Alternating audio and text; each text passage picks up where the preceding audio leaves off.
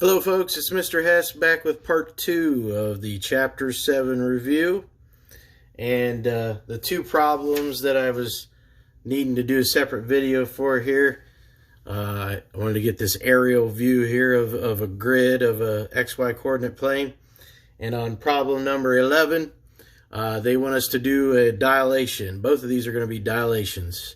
And on number 11, the scale factor that they give us on this one is a scale factor of 3/2. Now notice that 3/2 is a number bigger than 1. Since the scale factor is bigger than 1, that means it should blow this figure up bigger. Okay, so like I've shown you before then, the first thing I did was jot down the coordinates here of our 3 points. So this one you can see is at -2, -2. I wrote that down. Here's 2, 0, 2, 0. And this one up here is at 2, 4, 2, 4. Okay, so I'm going to take these coordinates here now, and I'm going to multiply them by our scale factor of 3/2.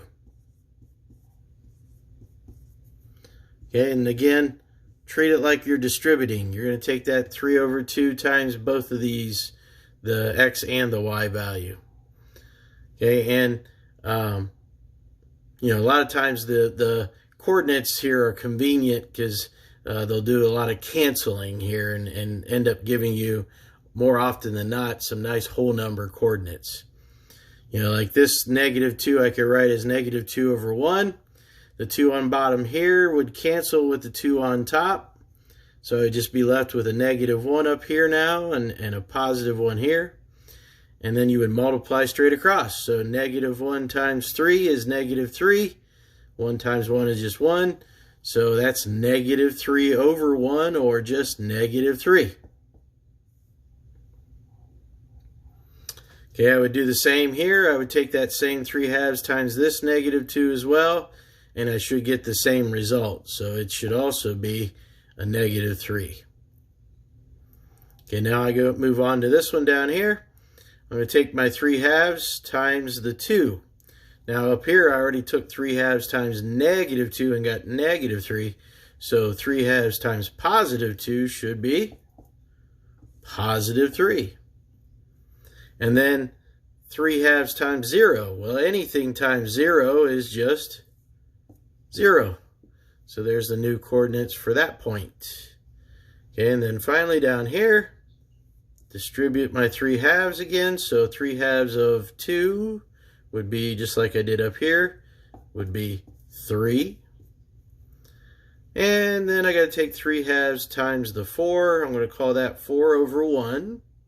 The 2 on bottom here cancels out of the 4 on top. So 2 goes into itself once, and it goes into 4 2 times. So on bottom, I've just got 1 times 1. But on top, I got 2 times 3, which is 6. So 6/1 is just 6. All right, so there's the new coordinates that I need to plot out now on my graph. First one up here was -3, -3. So -3, -3 lands me right there. Next one was 3, 0. 3 zeros right there. Last one was 3, 6. 3, 6 is right there. Okay, so now if I reconnect those, you'll see the new triangle. And remember, one of the last things that I mentioned before, just a quick way to check to see if you did it right. Remember that as you dilate this, it's either going to shrink towards the origin or away. And as it does that, all the sides should stay parallel. Well, notice that's perfectly vertical. That's perfectly vertical.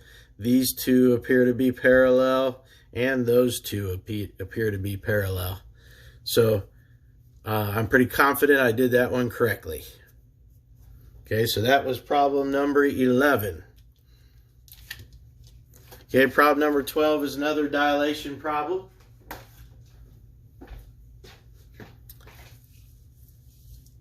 As you can see, the slant height on this one is 3/4, or not slant height, sorry. Scale factor is what I meant to say. The scale factor on this one is 3/4. Remember, a scale factor of 1 doesn't do anything. It doesn't change it at all. But this one's below 1. 3/4 is lower than 1. So this one's going to shrink it towards the origin. We're going to get a new figure that's only 3/4 the size of the original figure.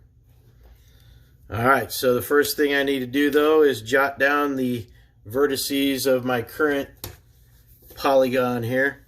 Like this one clear down here is at 0, -4.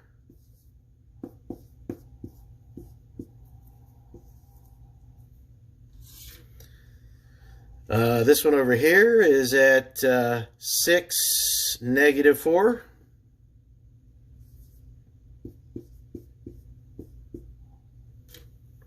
Up here at that vertex are the coordinates 4, 8. And finally, this vertex here is located at -4, +4.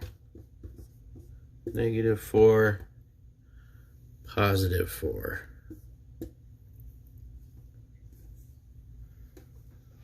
Alright, again, my scale factor on this one is 3/4. Okay, so I'm going to take each of these times 3/4.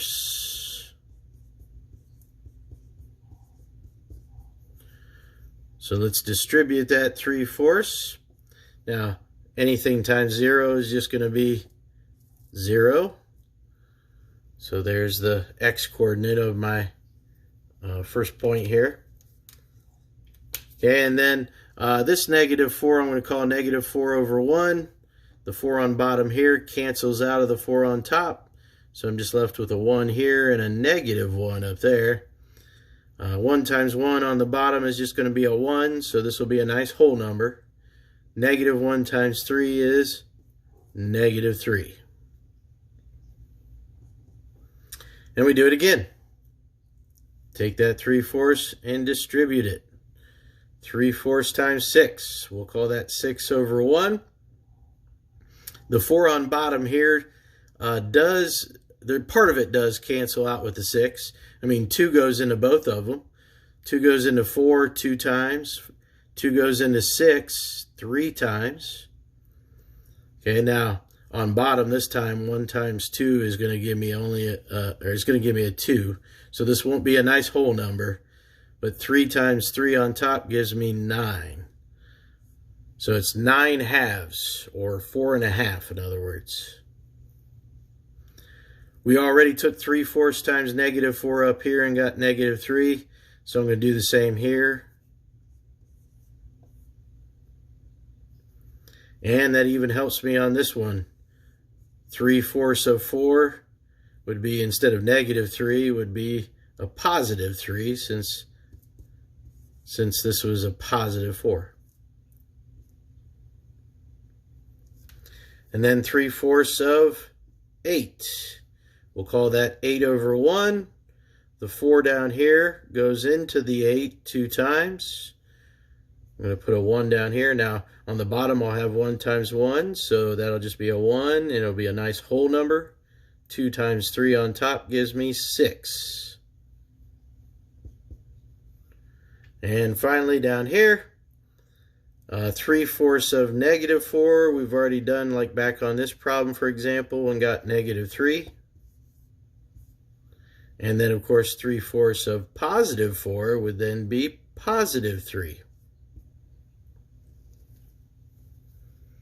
All right, I've got my coordinates. Now all I have to do is plot all these. So my first one, 0, -3. 0, -3 will be right there.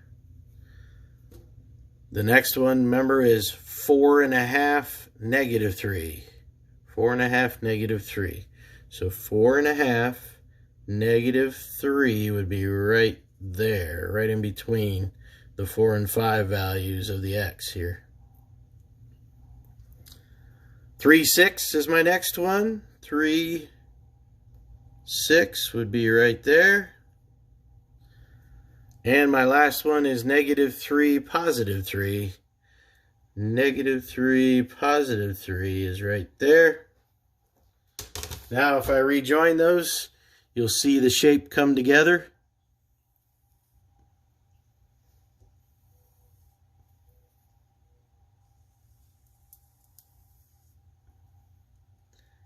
And remember, a good way to check to see if you did it correctly, everything should stay parallel. So these stayed parallel, those look like they stayed parallel here and here as well. You can see it just shrunk towards the origin, and the new figure here is only 3/4 the size of the original. There you have it. That's problem 12, and that is the end of the Chapter 7 review. Let me know if you have any questions.